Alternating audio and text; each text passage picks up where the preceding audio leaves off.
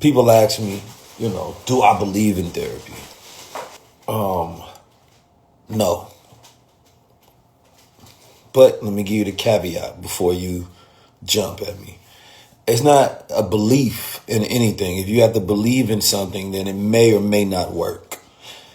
Do I know therapy? Right? It's different, right? Do I know what will work for me and what won't? So when something requires a belief, then that's when it becomes more of a religion and more of a cult, right?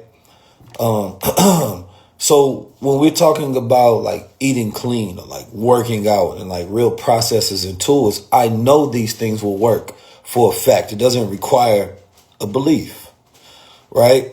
And the whole point of some of these things is that some of our tools in therapy do require belief. And that's not a bad thing because we have placebo effect, right? If we believe something to be, then our mind has the magical power to make it so. So what I believe, right, getting back to patterns and words, but what I know rather is that our community collectively has a survivor's mentality.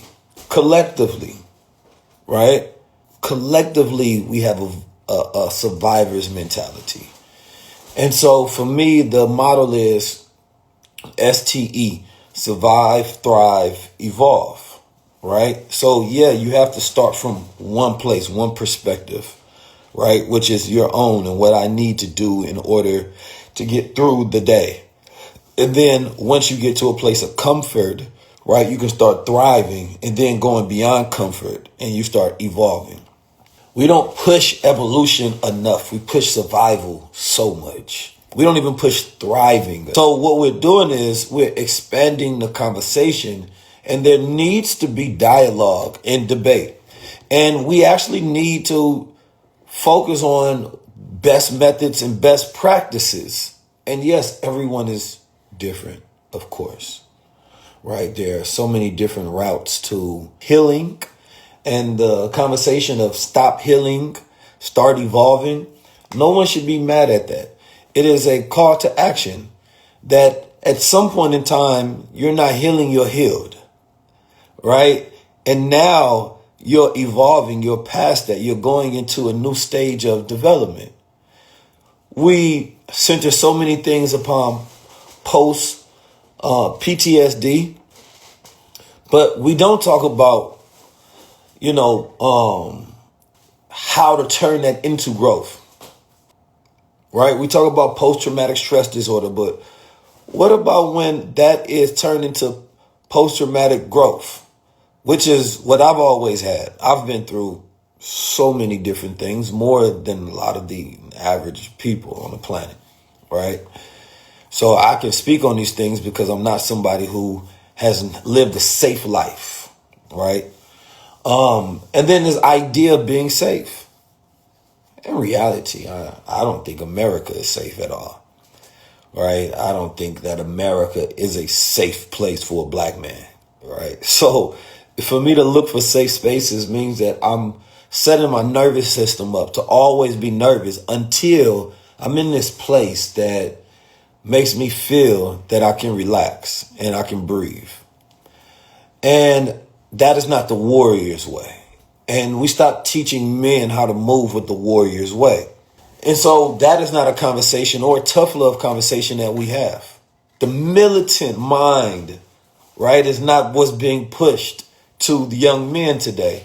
So what we're growing is a lot of soft boys and a lot of weak girls. So conversations need to evolve. Even when I say things that you say are triggering, social media is not a safe place. If you need people to say things that are not triggering, you need to close your phone. Now, I get it. Most of educated black women are going to get a lot of, not gonna say most of, but a lot of educated women are going to get degrees in therapy and things of that nature. So we have a lot of black therapists, right? And so My challenge though at the same time, because yes, I believe in healing. Yes, I believe in forms of therapy, right? And I think it's important to say forms of therapy because they're not all the same, right? You can go talk to one therapist that may be burnt out, and then it could destroy someone's relationship with that idea of therapy because we say it as one blanket statement. But what truly is therapy? If I tell somebody go get therapy, what are you really telling me to go get? Well, what form of it are you telling me that is best, that I should try? So I think that we also need to be more specific in our language. Spin City is correct. MMA practice is therapy. Boxing is therapy. You know what I'm saying? Art is therapy. Working out is therapy. You know what I'm saying? Like sparking conversations with strangers is therapy. Plant medicine is therapy, right? Church is therapy. So what form of therapy are you telling me? Because therapy is a spectrum. It's not one thing. Yet everybody's using one word as if we're all saying the same thing, but we actually mean completely different things because behind that may be a completely different knowledge set and or perspective. So I think that there needs to be more specific language and we figure out what are the better practices that we find working and getting results, and they should be based on the numbers. Then when the conversation of I'm a black man, right? Black men, I promise you, looking for a safe space ain't it. Black women, I think that may be better for black women, right? But for black men, you want to increase, right? As my sister say, capacity, increase your fluidity to be able to move throughout spaces and increase your preparation to be in those spaces.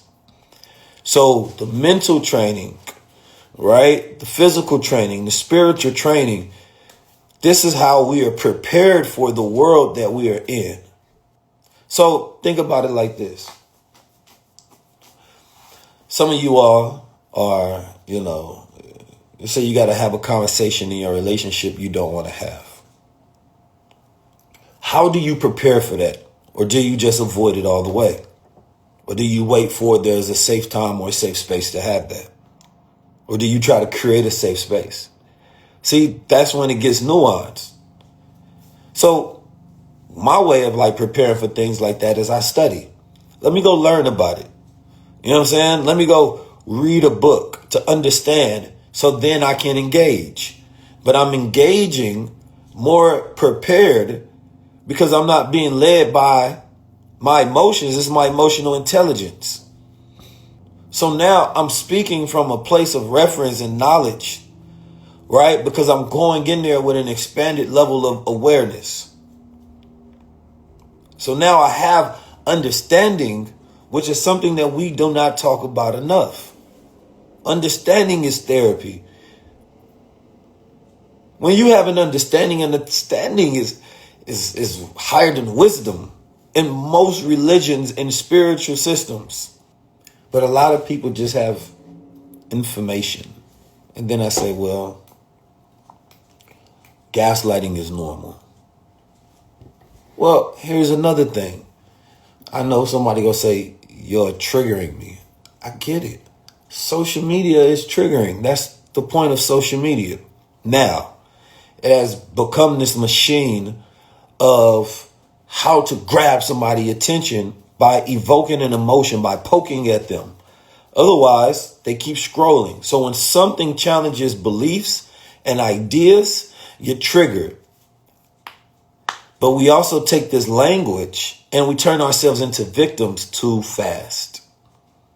When a healthy mechanism might be to laugh. Oh, I know what they're doing. But how would you know what somebody is doing? It's because that's where your emotional intelligence kick in. That's where your intellect kick in. And instead of leading with your emotions, you process it and you understand nuance and context. And this is one thing that we've gotten away from. Instead of making people take ownership in the fact that, shout out to Raquel in the building, that they need to understand context and nuance of things and have critical thinking skills. Because critical thinking can save you so much. Don't you know that Critical thinking can save your life. Here you are, right? Turning yourself into a victim. I'm being gaslit. They triggering me.